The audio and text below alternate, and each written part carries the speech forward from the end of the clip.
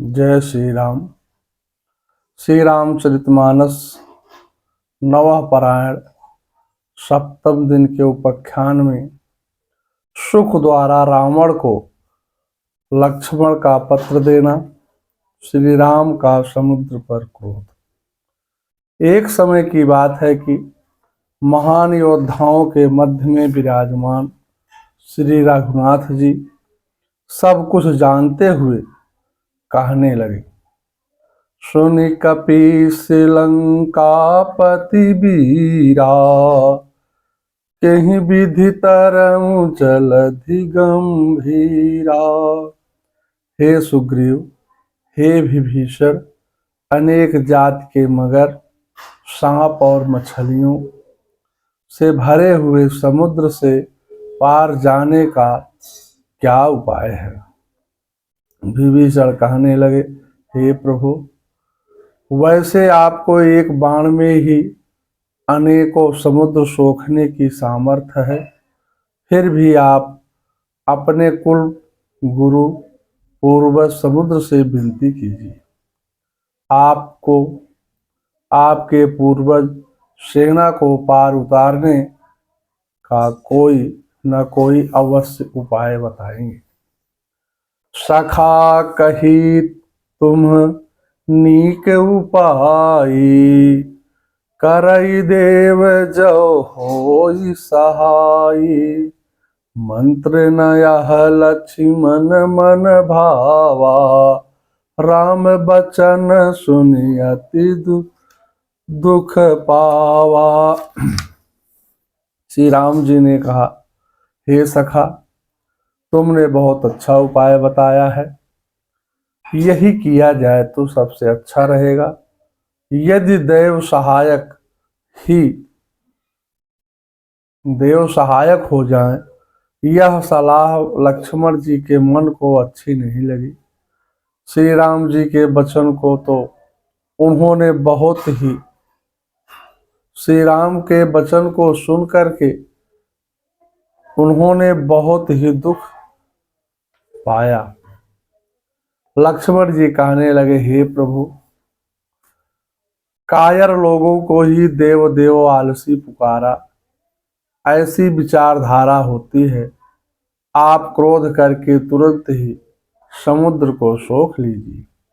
श्री राम ने कहा, हे लक्ष्मण, ऐसे ही करूंगा, पर समुद्र के किनारे जाकर के प्रणाम करके कुशासन बिछा करके उससे विनय करने लगे।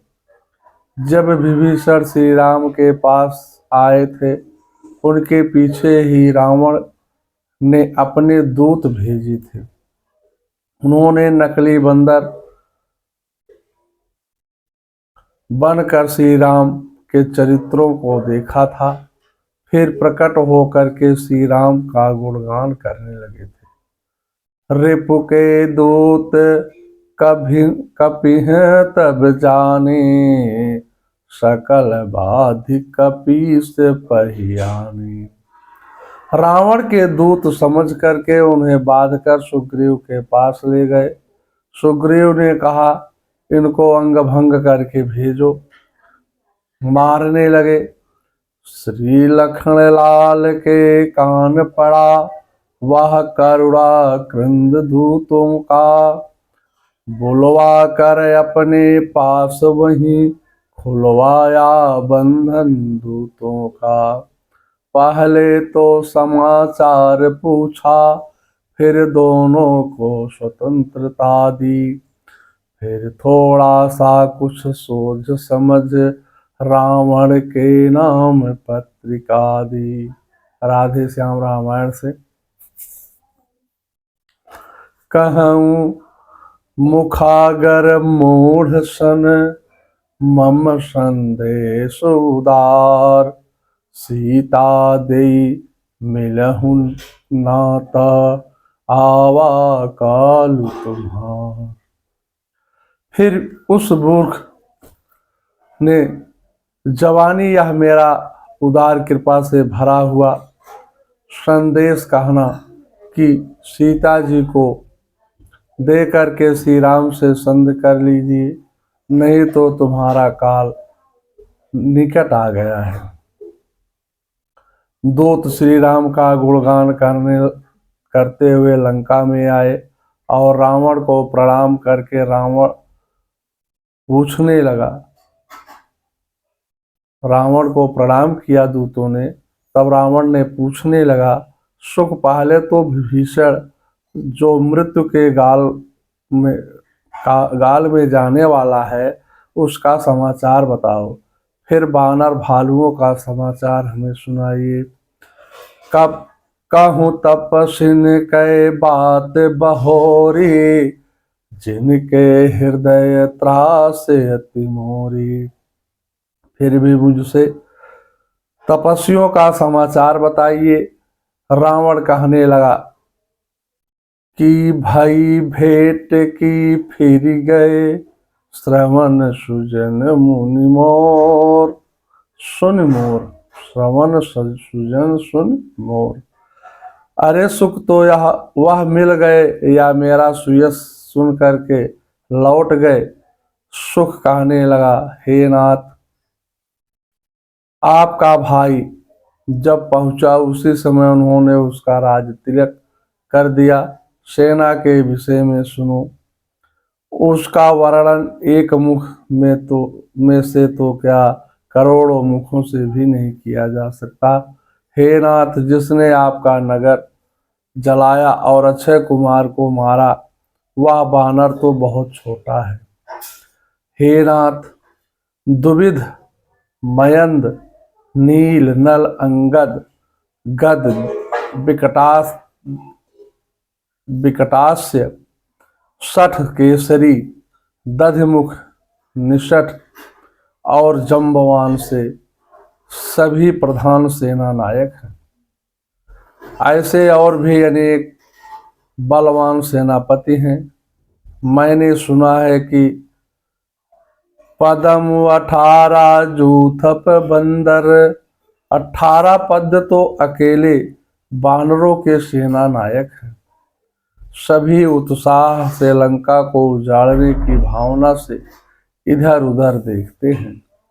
बड़े भाई कहने पर श्री राम समुद्र से सेना उतारने के लिए रास्ता मांग रहे हैं। सभी वानर युद्ध के लिए तैयार खड़े हुए हैं। श्री राम न आज्ञा देते हैं, अन्यथा अभी दिखलाते हम। सेना समेत 10 कंधर को, दल डाले धूल मिला दे हम। आसुरी सभा को चौपट कर, चोरी का स्वाद चखा दे हम। सारी लंका को उलट पुलट, सागर के मध्य बहा दे हम। हे नाथ, लक्ष्मण ने यह पत्र दिया है। रावण ने उसे बाएं हाथ से लेकर के मंत्रियों के सामने पढ़वाया। लिखा था कि श्री राम से विरोध त्याग दो। के तजिमान अनुज इव, प्रभु पद पंकज भृंग। होहि कि राम सरानल, खल कुल सहित पतंग। या तो अभिमानवश छोड़कर अपने छोटे भाई विभीषण की भांति प्रभु के चरण कमलों पर भ्रमर बनकर आ जाइए, अथवा रे दुष्ट श्री राम के बाण रूपी अग्नि में परिवार सहित पतंगा की भांत हो जा। दोनों में जो अच्छा लगे वही कर। इतना सुनकर रावण बड़े जोर से हंसने लगा। छोटे तपस्वी का डींग हाँकना तो वह कहने लगा, छोटे तपस्वी का डींग हाँकना तो देखो, जमीन पर पड़ा हुआ व्यक्ति कहीं आसमान छा सकता है। दूत सुख कहने लगा, हे नाथ, श्री राम के से विरोध त्याग दीजिए। आपके मिलने पर वह आपके अपराधों को क्षमा कर देंगे। जनक सुता रघुनाथ ही दीजे, इतना कहा मोर प्रभु कीजिए। जब शुक ने सीता देने की बात कही, उसी समय चरण प्रहार कीन सठते ही रावण ने उस पर लात का प्रहार किया। रावण को सिर नवा करके शुक श्री राम के पास आकर के अपना शाप बताकर श्री राम की कृपा से अपना पूर्व रूप पा गया। श्राप पहले दृष्टांत में शुक नाम के एक वशिष्ठ ऋषि थे। शुक नाम के एक ब्रह्मनिष्ठ ऋषि थे। एक दिन उनके आश्रम पर अगस्त जी पधारे हुए थे। इसने ज्ञान के अभिमान में आकर के उठकर आदर सम्मान नहीं किया। तब अगस्त जी ने क्रोधित होकर के उनको श्राप दे दिया, मूर्ख तू राक्षस हो जा। पीछे प्रार्थना करने पर कहा कि त्रेता के चौथे चरण में श्री राम जी के दर्शन मात्र से ही सारे श्राप मिट जाएंगे, तो कृतार्थ हो जाएगा। दूसरे में एक बार शुक ने आसुरी यज्ञ का अनुष्ठान किया। एक दिन अगस्त जी का निमंत्रण किया। उनके चले जाने पर पिछले बैर से वज्रदृष्ट राक्षस ने अगस्त के रूप में आकर के कहा कि आज हम अमिष अंत भोजन करेंगे। उसी राक्षस ने रसोइया का रूप बना करके मांस बनवाया। जब अगस्त जी भोजन करने बैठे, उन्होंने नर मांस देख करके सुख को राक्षस होने का श्राप दे दिया है। पीछे राक्षस का कर्तव्य जान करके कहा, हे सुख, तुम रावण के पास जाकर रहो। त्रेता के अंत में श्री राम के आने पर जब तुम रावण को नीति की बात बताओगे, उस समय उससे तिरस्कृत होकर के श्री राम की शरण में जाकर के श्राप मुक्त हो जाओगे। पंडित ज्वाला प्रसाद की टीका से। श्री राम को समुद्र के किनारे कुशासन पर बैठे 3 दिन हो गए, परंतु जड़ समुद्र ने कोई विनय नहीं मानी। तब श्री राम क्रोधित होकर के कहने लगे, बिन भय के प्रीति नहीं होती है। हे लक्ष्मण, मेरे धनुष बाण ले आइए, मैं अभी अग्निबाण से समुद्र को सुखा देता हूँ। ऐसा कह करके श्री राम ने संसार के हितार्थ 7 नीतिमय उपदेशात्मक ज्ञान दिए। 60 सन विनय कुटिल सन प्रीति, सहज कृष्ण सन सुंदर नीति। मूर्ख से विनती, कुटिल के साथ प्रीति, कंजूस को उदारता का उपदेश, ममता रत सन ज्ञान कहानी, अति लोभी सन विरित बखानी। क्रोध ही सम काम ही हरि कथा, ऊषर बीज भय फल जाथा। ममता में फंसे हुए मनुष्य के ज्ञान की कथा, अत्यंत लोभी से वैराग्य का वर्णन, क्रोधी से सम शांति की बात, कामी से भगवान की कथा। इनका वैसे ही फल होता है जैसे ऊसर खेत में बीज बोने से होता है। ऊसर में बीज बोने की भांत यह सब व्यर्थ हो जाता है। उपदेश में मूर्ख से विनती, कुटिल के साथ प्रीत, कंजूस को उदारता का उपदेश, ममता में फंसे हुए को ज्ञान कथा, लोभी से वैराग्य का वर्णन, क्रोधी से शांति की बात, कामी से भगवान की कथा का उपदेश करना निरर्थक माना गया है। अस कहि रघुपति चाप चढ़ावा, यह मत लक्ष्मण के मन भावा। श्री राम ने ऐसा कह करके धनुष पर चाप चढ़ा दिया। लक्ष्मण बड़े प्रसन्न हुए। जब प्रभु ने भयानक अग्निबाण का संधान किया तब समुद्र में आग जलने लगी। सभी जल जंतु आग के से जलने लगे। कनक थार भरिम मणिगण नाना, विप्ररूप आयं तजमाना। सुवर्ण के थाल में मण लेकर के समुद्र बाण ब्राह्मण के रूप में आया। काटहि पै कदरी फरई, कोटि जतन कोसी। विनयन मान खगेश सुनी, डांटहि पय नवनीत। कागभूषुंड जी कहते हैं, हे गरुड़, सुनिए, चाहे कोई भी उपाय करके नीचे करके सींचे, पर केला तो काटने पर ही फलता है। नीच विनय से नहीं मानता है, वह डांटने पर ही झुकता है, रास्ते पर आता है। समुद्र के विप्र रूप में श्री राम का वंदन किया और कहने लगा, हे प्रभु जी, मेरे अपराध को क्षमा कर दीजिए। आकाश, वायु, अग्नि, जल और पृथ्वी, इन सभी की करनी जड़ है।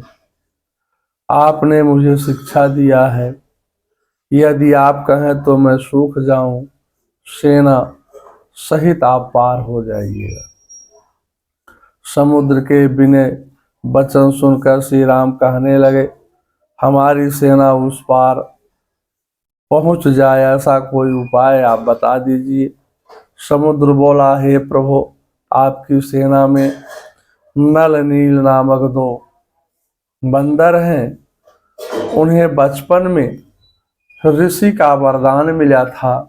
उनके स्पर्श किए हुए पत्थर आपके प्रताप से पानी में नहीं डूबेंगे। नलः से तो करोत्वास्मिन् जले में विश्वकर्मणः, सुतो धीमान समर्थो अस्मिन् कार्ये लब्ध बरो हरि। हे राम, विश्वकर्मा का पुत्र नल मेरे जल का पूर्व में निर्माण करेगा। वह चतुर वानर वर के प्रभाव से इस कार्य को करने में समर्थ है। आप इस बाण से उत्तर दिशा में स्थित राक्षसों का वध कर दीजिए। अध्यात्म रामायण युद्ध कांड का सर्ग 384 से। उत्तरेणामो का काशो अस्ति कश्चित् पूर्णतरो मम, ध्रुमकुल्य इति ख्यातो लोके ख्यातो यथा भवान। हे प्रभु, जैसे जगत में आप सर्वत्र विख्यात एवं पूर्ण आत्मा है, उसी प्रकार मेरे उत्तर की ओर कृत कुल्य नाम से विख्यात एक बड़ा ही पवित्र देश है। उग्र दर्शन कर्माणो बहत अस्त्रम दस्वा, आभीर प्रमुखा पापा पिबंत सलिलम मम। वहाँ आभीर आदि जातियों के बहुत से मनुष्य निवास करते हैं, जिनके रूप और कर्म बड़े ही भयानक हैं। वह सब के सब पापी और लुटेरे हैं। वह लोग मेरा जल पीते हैं। वाल्मीकि रामायण युद्ध कांड का सर्ग 22, 32, 33। समुद्र की पीड़ा को सुनकर तुरंत ही हरि राम रंग धीरा कि श्री राम ने वह बाण उसी दिशा में छोड़ करके उसके दुख को दूर कर दिया। निज भवन गवन सिंदो श्री रघुपति यह मत यऊ यह चरित कलिमल जथामति दास तुलसी गायऊ सुख भवन संशय समन दमन विषादत रघुपति गुण गना तज सकल आस भरोस गावई सुनहि संतत सठ मना। समुद्र अपने घर चला गया। श्री रघुनाथ जी की यह बात सलाह अच्छा लगने लगा। यह चरित्र कलयुग के पापों को हरने वाला, इसे तुलसीदास ने अपनी बुद्धि के अनुसार गाया है। श्री रघुनाथ जी के गुण समूह सुख के धाम, संदेह का नाश करने वाले और विषाद का दमन करने वाले हैं। अरे मूर्ख मन, तू संसार का सब आशा भरोसा त्याग करके निरंतर श्री राम